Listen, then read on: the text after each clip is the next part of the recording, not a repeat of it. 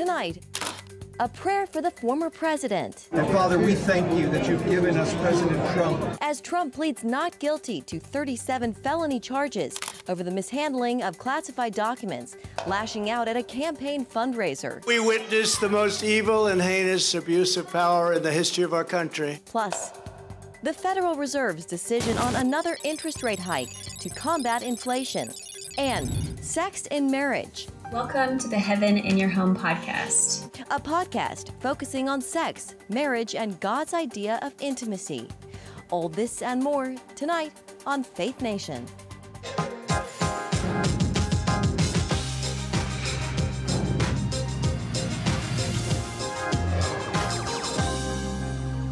Former President Trump campaigning against the federal government's case against him. Welcome to Faith Nation. I'm Jenna Browder. And from our studio in Washington, D.C., I'm John Jessup.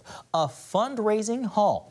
Donald Trump and his presidential campaign raising $2 million, fueling the campaign coffers at a dinner with donors just hours after proclaiming his innocence for illegally keeping classified documents and allegedly lying to officials about it. The case is dividing Republicans, and no one's sure what's going to happen. Dale Hurd has the story. Almost as noteworthy as the arraignment of a sitting or former president in a Miami court Tuesday was what news cameras captured afterward. Prayer for the former president when Trump met with supporters at a local restaurant. And Father, we thank you that you've given us President. But at a fundraising event later in New Jersey, Trump called Justice Department Special Counsel Jack Smith a lunatic and a thug. The prosecutor in the case, I will call it our case, is a thug.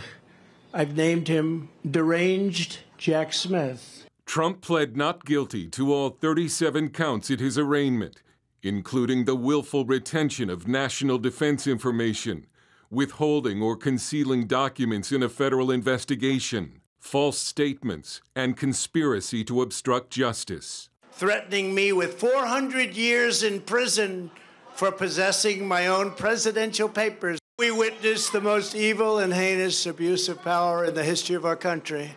Very sad thing to watch. CBN News chief political correspondent David Brody says the indictment has made Trump even stronger. We're living in an America where you have a former president of the United States under indictment, and he's getting stronger in the polls.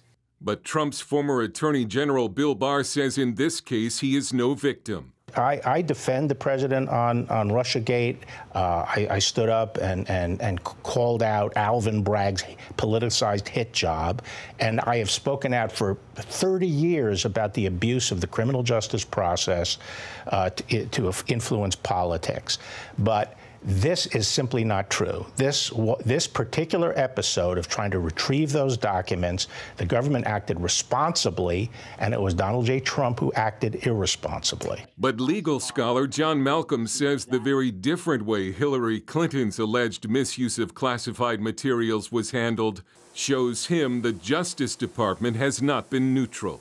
Her server was never seized. There was never a search warrant executed. She was never charged. Her attorneys were allowed to go through the material and turn over whatever they were going to turn over. And then they wiped her hard drive clean and destroyed her cell phones so that the FBI was never able to get possession of that information. In a Miami press conference ahead of Trump's arraignment, fellow GOP presidential candidate Vivek Ramaswamy repeated his pledge to pardon Trump if elected. I have demanded that every other candidate in this race either sign this commitment to pardon on January 20th, 2025, or else to explain why they are not. But some of Trump's rivals are not supporting the president, saying the charges are serious and the case needs to play out in court. Dale Hurd, CBN News. All right, thank you, Dale. The southern border back in the spotlight today in the U.S. House. An investigation into Homeland Secretary Security Alejandro Mayorkas' overseeing of the situation, while in the Senate, they focused on unaccompanied minors. This comes as North Dakota becomes the latest state to send National Guard troops to Texas to help with Operation Lone Star. Wendy Griffith is following this story. Wendy? That's right, guys. Let's begin with North Dakota. Governor Doug Burgum's executive order Tuesday declaring an emergency and authorizing the state's National Guard to help Texas secure the U.S.-Mexico border.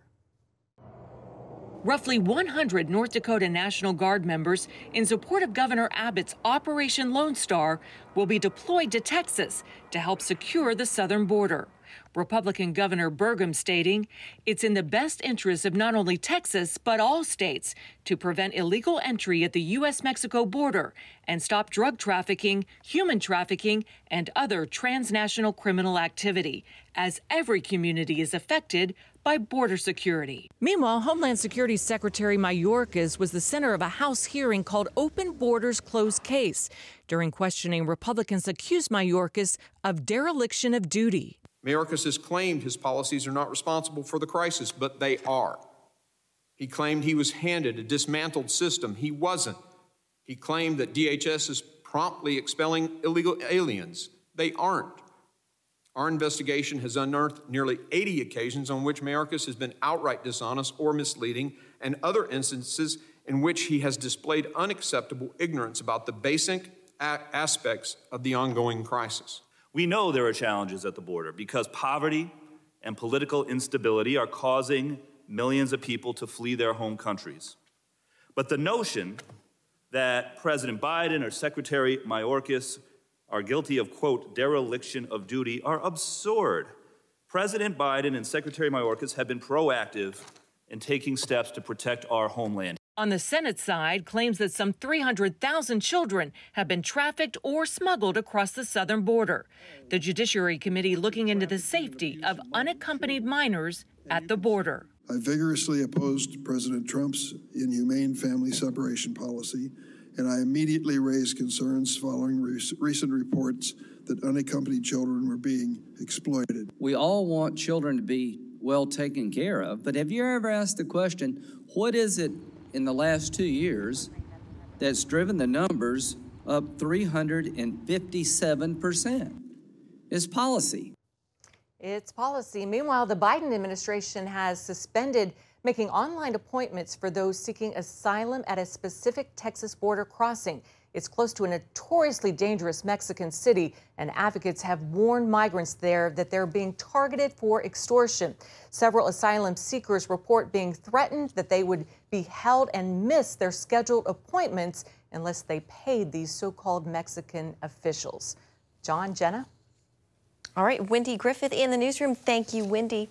In economic news tonight, the Federal Reserve is holding off on another interest rate hike for the time being. Fed Chair Jerome Powell announcing that decision after the Fed's meeting as it works to combat inflation.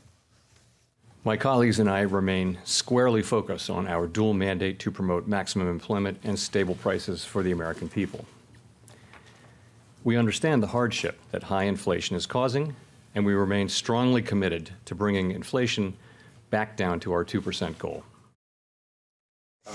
The pause in rate hikes for the first time in 15 months comes amid hopeful news and overall inflation this week. May's Consumer Price Index rising at an annual rate of 4%, the slowest pace in 2 years. The decision to keep interest rates steady after 10 consecutive rate hikes comes as core inflation persists. The Fed will decide to raise rates again as soon as July. Well, E.J. Antony is a research fellow in the Center for Data Analysis at the Heritage Foundation. E.J., welcome to you. So whether it's the right decision, the wrong move, I'm sure most Americans are happy with the decision. Your thoughts, E.J.?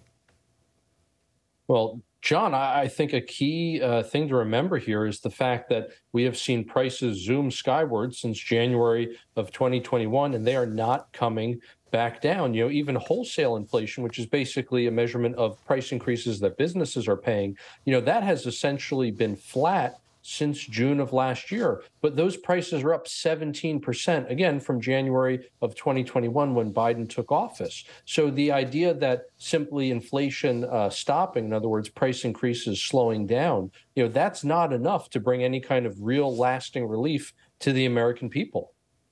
Yeah, people are still feeling it, even if it is, 4%. The Fed decision comes on the heels of a hopeful report on inflation, EJ, showing overall inflation slowing down. But a key metric shows core price index. Price increases remain hard to tame. What do you make of that? Well, I think this is a consequence of the enormous run-up in both energy and food prices that we saw through most of last year and into the beginning of this year, all of those higher prices are trickling down everywhere else in the economy, including into those core prices that you're mentioning. So, for example, if I run a business and I am getting just hammered by high energy costs, what do I need to do? I need to raise the prices that I charge to my consumers. It doesn't matter what my business is. The simple fact of the matter is I, like everyone else, need to use energy. And so those higher energy costs are trickling down everywhere else. So, EJ, with the persistence of core inflation, how high do you expect the Fed to hike interest rates, and for how long? That's a great question. Unfortunately, this Fed has proven nothing if not unpredictable. Jerome Powell is the same person who promised us that a 75 basis point hike was off the table and then promptly delivered 4 in a row. So unfortunately, we really can't go by what he says when he gets up to the microphone. It is very possible that they stop hiking for the rest of the year. It's also possible that they get into a new pattern of pausing one meeting and then hiking the next, pausing a meeting and then hiking the next as well. So we may still have another 2 hikes to go, but unfortunately, we just can't judge them by what they say anymore. Just a few seconds left, EJ, but the unemployment rate remains low. What does that say about the overall economy? Unfortunately, the unemployment rate doesn't tell the whole story, because right now, if you look at labor participation and if you look at the ratio of people employed to the whole population and you compare to where we are today to where we were pre-pandemic, that tells us that we're missing about 2 million people from the labor force. In other words, employment is 2 million people below where it should be. So part of the reason why the unemployment rate remains so low is so many people have left the workforce. Yeah. All right, EJ Antony with the Heritage Foundation. We have to leave it there. Thank you so much. Thank you for having me, Jenna. And coming up, in the wake of a tumultuous sex abuse scandal and a debate over women pastors, the Southern Baptist Convention makes a decision. Some major news coming out of the nation's largest Protestant denomination. First, the Southern Baptist Convention re-elected Bart Barber as SBC president. The Texas pastor, has advocated for reform over reports of sexual abuse. Southern Baptists also voted to keep their task force on abuse reform for a 3rd year. Notably, though, the convention pushed back against women pastors, voting by strong majorities to refuse to reinstate Saddleback and another Baptist church that allow women to hold the title. The decision could lead to an official ban on women pastors. Well, all week this week, we've been remembering the life and legacy of our late founder, Pat Robertson. CBN's Gary Lane spoke with Jay Sekulow of the American Center for Law and Justice about Pat's vision for religious freedom and his belief in the art of the impossible.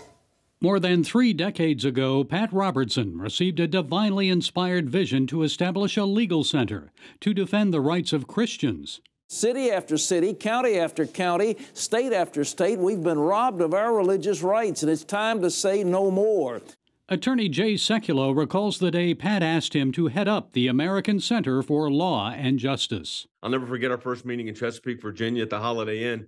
Back in 1990, I think. It may have been even 89. And the idea was obviously inspired by the Lord, to put together resources that would enable a legal organization like ours to flourish here in the United States and around the world. And he was always a source of great encouragement and wisdom. I can't say enough. This is a guy that was our mentor, our friend, and our colleague. As an educated lawyer, Pat Robertson followed various legal decisions and became an avid Supreme Court watcher. Sekulow explains Pat's excitement when he learned the court in effect struck down Roe v. Wade. He was thrilled to remember that the first case that Justice Alito cited in the opinion was a case that he was at the argument for, that I made at the Supreme Court of the United States in 1992 and 93. It was argued twice. The recognition of that achievement, of the overturning of Roe, and that it's a case based on a case that the ACLJ litigated at the Supreme Court, I think was a tremendous source of pride for him, and pride in the right way, that the vision that he had for this organization from the beginning has continued.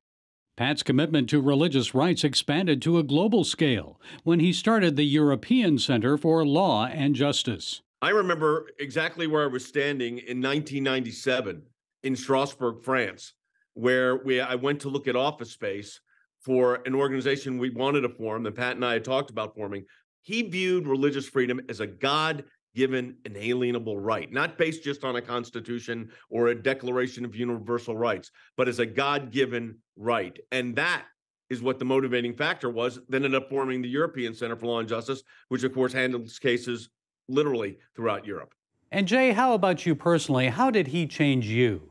For me personally, I learned from him the art of the possible.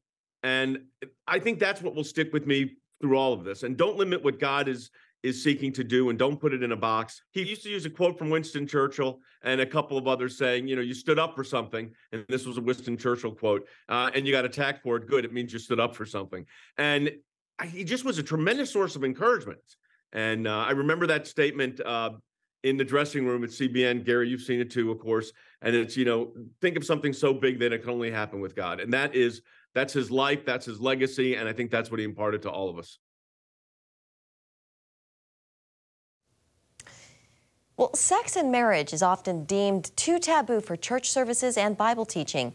Maybe that's why a podcast focusing on the issue has received more than 1 million downloads in just 3 years. CBN's Abigail Robertson talked with the host of the Heaven in Your Home podcast about her ministry's growing reach beyond just a Christian audience.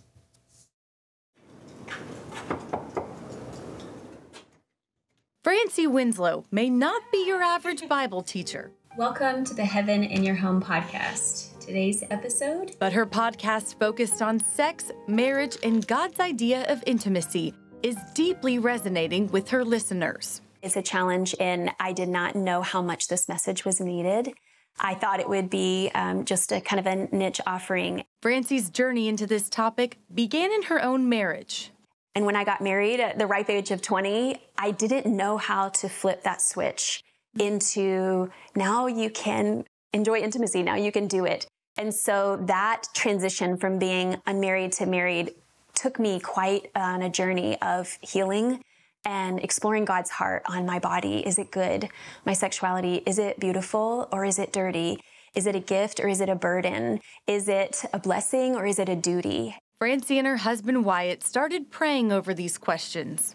It changed our lives drastically in how God was healing us and how he was also helping us re-see the gift of our bodies and the power of married sex in the way that he created it to be a place of oneness. Francie tells CBN News that while she never intended to speak publicly about sex, her husband encouraged her to tell friends about what God was teaching them. I said, I will never talk to my friends about this because it felt so off limits as a Christian woman and kind of inappropriate. And I think what that showed me is how much healing God wanted to do, because there's nothing inappropriate about the gift of married intimacy. It's holy and it is God's. As Francie pursues this ministry, she finds many women hungry to know more about God's design for sex and intimacy in marriage, and she helps them see how heaven comes through all of it. I pray the podcast becomes an open door and an invitation to the voice of God and the healing power of God to speak into our most vulnerable places. Do you feel like many Christian women are prepared when they get married for what sex looks like in a Christian sense in marriage? I sadly don't. I'm getting emails from women who've been married 30 or 40 years who say, I never heard any of this. God's healing me. And now my daughter's getting married and I need help. What do I tell her? And I really believe that God is longing to pour out his heart and his spirit and his wisdom about this gift of married intimacy in a way that will heal generations. Francie believes the church has missed an opportunity for thousands of years to talk about this subject in a healthy way. It is interesting that I think women and men of every generation have missed the depth and the healing that God has for us in this conversation. And the long-term silence has led to shame. I do see a lot of young women getting married who are craving to have this conversation, not just about the act, but about the meaning and about the bigger picture and about their calling to live in intimacy without shame. That's why she encourages church leaders to talk about sex. I have a lot of leaders who have communicated with me and say, I want to start groups where we're talking about this. And I think that is where The beauty of God's healing work can happen best is in the local church, it's in community, it's in real life relationships where you can say, this is how things really are in my life. Francie explains when women experience restoration and freedom in Jesus Christ, the impact is profound. When there is restored intimacy in a marriage, there's this ripple effect of love that can impact the children and our careers and our churches and our communities and our culture. That ripple effect is expanding beyond Francie's ministry, and she tells CBN News that God is also helping her podcast reach an unexpected audience.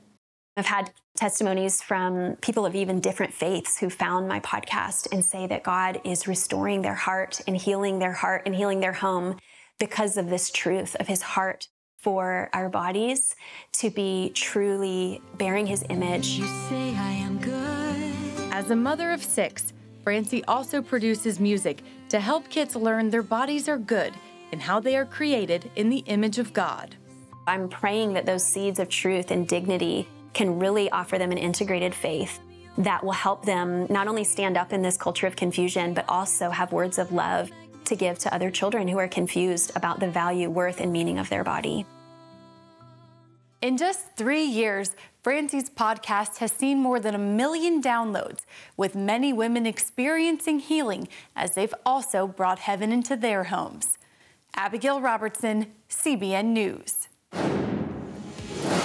Still ahead, celebrating the enduring strength and promise of the grand old flag. A day dedicated to Old Glory, next on Faith Nation.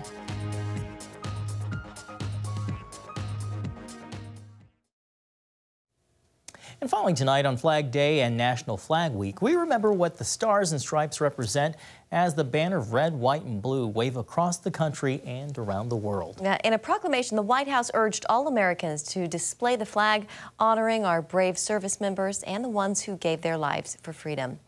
And of course, every day is a good day to respect the flag, and this Amazon driver is a great example. Take a look.